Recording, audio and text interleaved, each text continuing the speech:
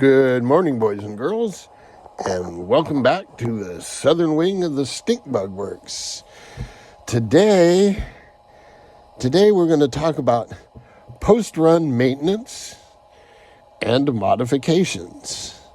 So, when I get back from the pond, the first thing I do is pull out this can of air and put it in the cooling water exit, and I blow all the cooling water out of there. I don't want that water sitting in there. Next thing I do is I wet out a paper towel with some Windex. I know it says Simple Green, but trust me, that's Windex. And, I just wipe all the pond scum off the model. And then you can handle it.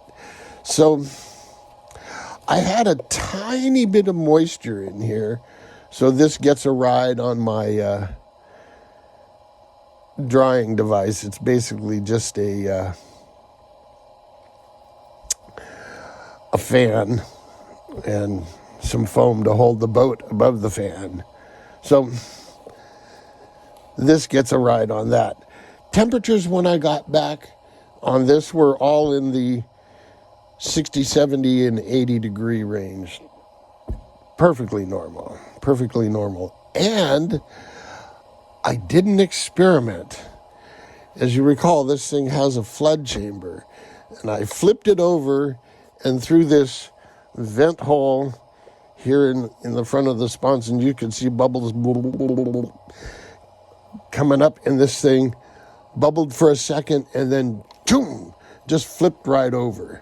It was picture perfect.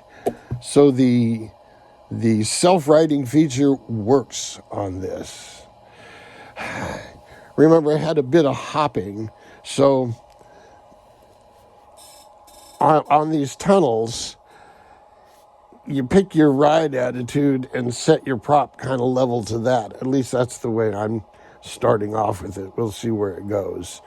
So I think I have my prop up too high and too high of an angle. So I've lowered the prop a little bit and changed the angle. But then I got to looking at where this Teflon tube entered the nose cone of the strut.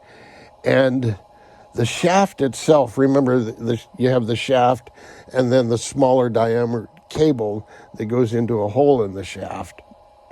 Well, that shaft was the length of the entire strut, so I couldn't get the Teflon liner into the nose cone like I wanted, just for cleanness and supporting the cable. Mainly to support the cable. Otherwise, it bends right here rather than bending throughout this length. So what I did was I made a longer, actually I put a whole new cable in because the other one was too short to do this, but I put a longer nylon washer behind the prop. So I now have that much space, about a 1/4 inch, where I can insert this Teflon liner into the nose cone there for better steering. So there you go. Some mods, some cleaning, blow out the stuff and make sure you dry it. I have a little fan with, a couple of pieces of foam that I can just set this on top of and let it go there for a couple of hours. That's what you need to dry these things out. Okay, so this one's going to be fun. I'm going to like this little thing. Once I get it dialed in, getting a tunnel dialed in is going to be a challenge, but I'll get it dialed in.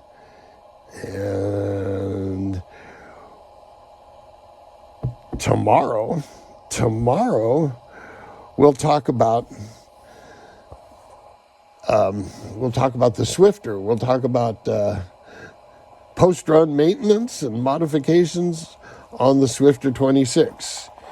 Hereinafter called the pay and pack. It is now officially the pay and pack. So until next time, boys and girls, jet out. Welcome back, boys and girls, to a special encore presentation to today's video. Earlier today, I showed you the post-maintenance and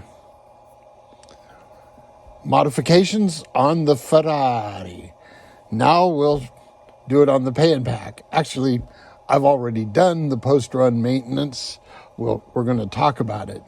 So what I did was, first of all, there was no water in this thing whatsoever. Temperatures were in the 100-degree range, 100, 110 maybe, but they were in that range. So that's all real good. I have altered the angle of dangle on the strut ever so slightly to give me about, a degree angle of attack on my flat bottom strut now. I didn't touch the turn fin. It was not a problem the way it was. Other than that, I cleaned it up, re-greased it. I did shorten the stuffing tube by a small amount. I left it long when I built it. I left it long knowing that I would probably wind up having to shorten it.